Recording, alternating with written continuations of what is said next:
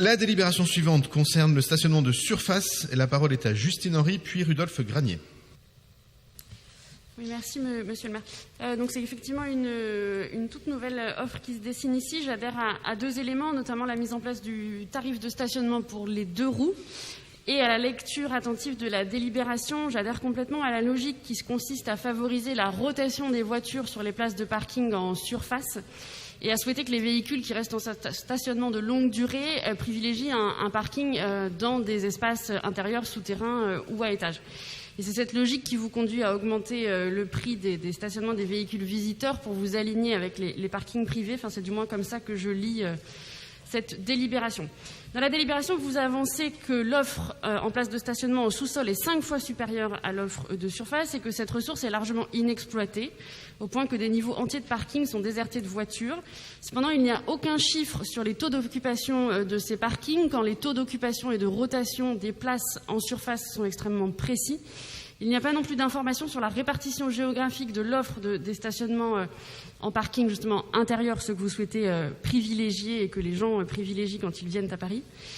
Et en parallèle de cette politique tarifaire de stationnement qui est renouvelée, il y a d'autres politiques en cours sur le stationnement, notamment une destruction importante des parkings intérieurs, notamment Passage Ramée et Porte de la Chapelle dans le 18e l'année passée, et sont amenés à disparaître le parking rue Custine et rue Versigny dans l'année à venir.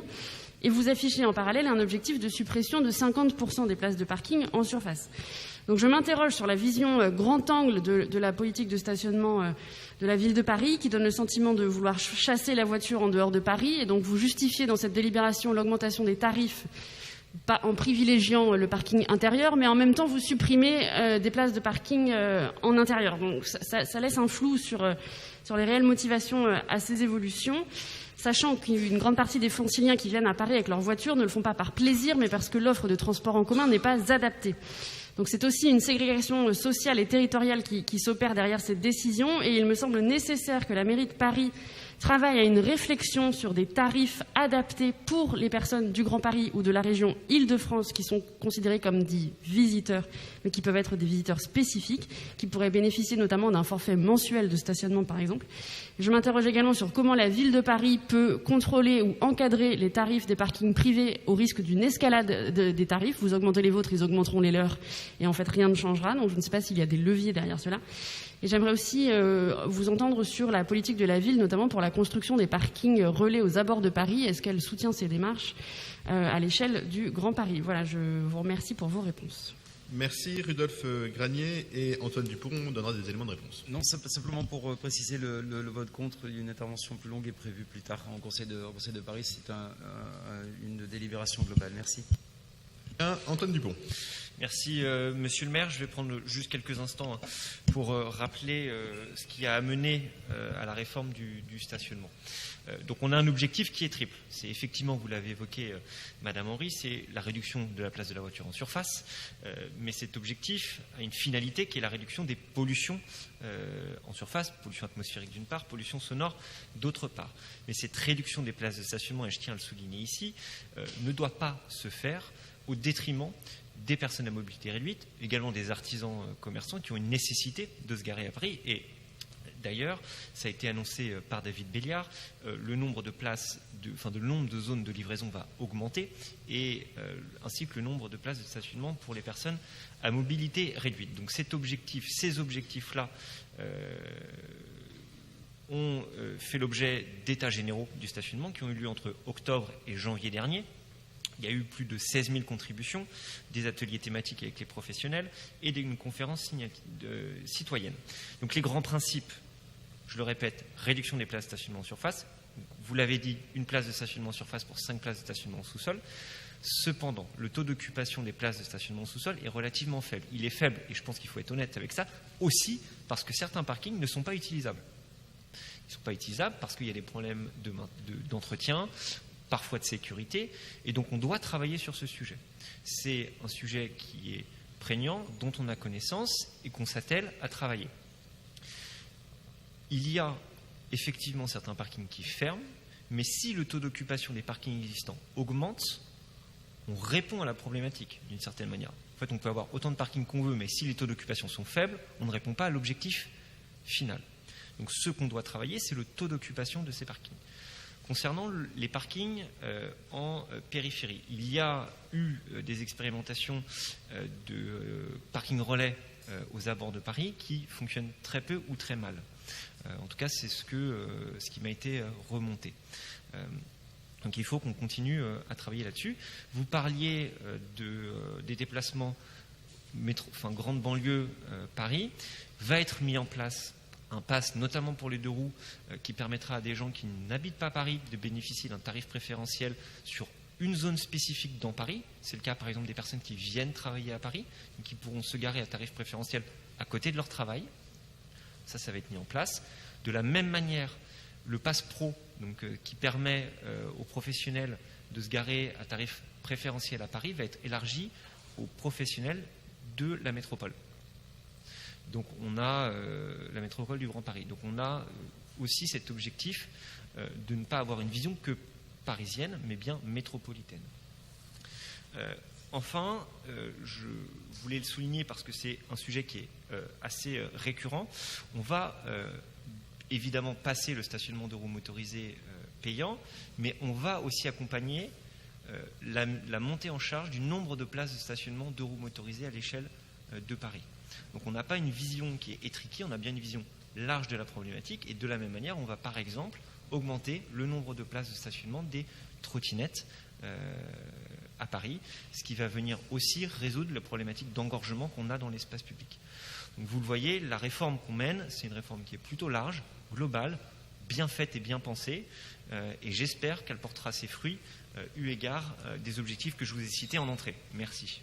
Merci beaucoup pour ces explications extrêmement claires et sereines sur un sujet qui n'en méritait pas moins.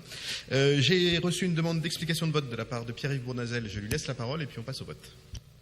Merci, Monsieur le maire. Très rapidement, nous allons revenir sur ce sujet au Conseil de Paris. Alors, je vais distinguer quand même les 2 parties, les 2 roues motorisées et la voiture. D'abord, les 2 roues motorisées, évidemment, j'y suis favorable puisque j'avais porté comme président du groupe 100% Paris en novembre 2019 une délibération demandant le paiement d'un stationnement pour les 2 roues motorisées.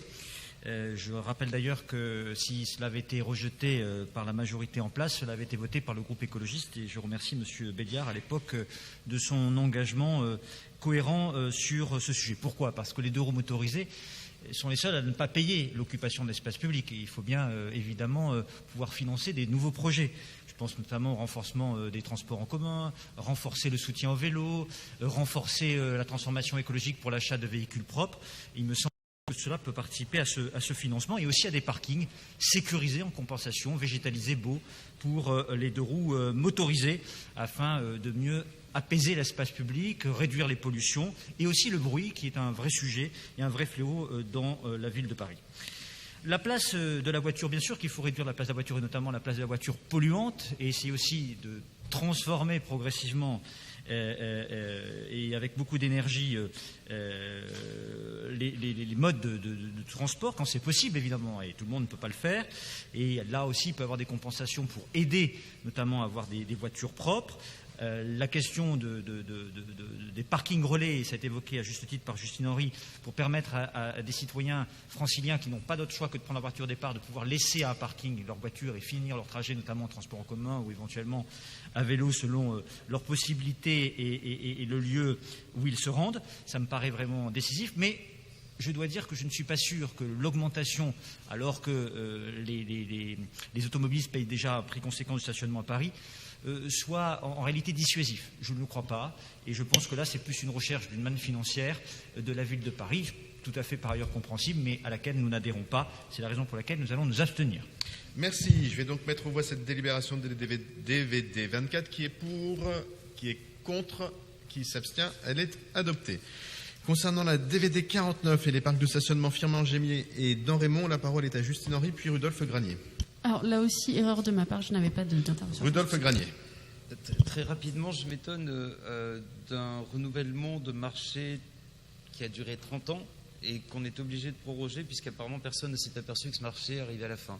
Mais bon, c'est simplement un aspect technique, mais je considère que, il a été constaté qu'il y avait de plus en plus souvent de prorogation de marché du fait soit du caractère, non pas du fait du caractère infructueux de marché, mais simplement d'absence de procédure ou de manque d'anticipation des procédures. Merci. Et pour le coup, sans justification solide, nous nous abstiendrons. Merci. Je ne sais pas si Antoine Dupont va ajouter un mot. Oui, très rapidement, le décalage de la délégation pour le parking est lié à une année 2020 qui a empêché plusieurs instances de commissions diverses à se tenir, et donc on a demandé un décalage de 4 mois. Voilà, c'est la seule et unique raison, il n'y a pas à s'alarmer sur un quelconque débordement. Merci beaucoup. Je vais donc mettre au voie la DVD 49 qui est pour unanimité. Je vous en remercie. DVD 57 qui est pour, qui est contre, qui s'abstient, elle est adoptée. DVD 70, la parole est à Rudolph Granier.